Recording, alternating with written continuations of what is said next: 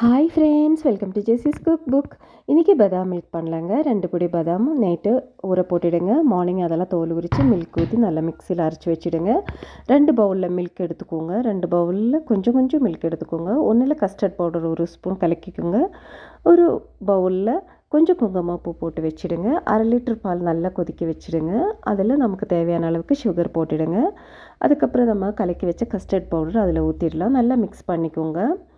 அதுக்கப்புறம் நம்ம அரைச்சி வச்ச பதாம் மில்க் மிக்ஸை அதில் ஊற்றிடலாம். கொஞ்சம் ஏலக்காய் பவுடர் போட்டுக்கலாம். அதுக்கப்புறம் குங்குமப்பூ கலக்கி வச்சது அதில் போட்டுடலாம்.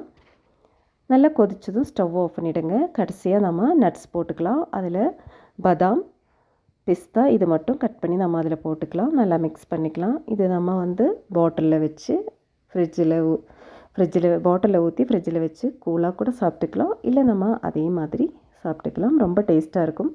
ரொம்ப ஈஸியானது, எல்லாருக்கும் தெரிஞ்சது. தெரியாதவங்க செஞ்சு பாருங்கள்.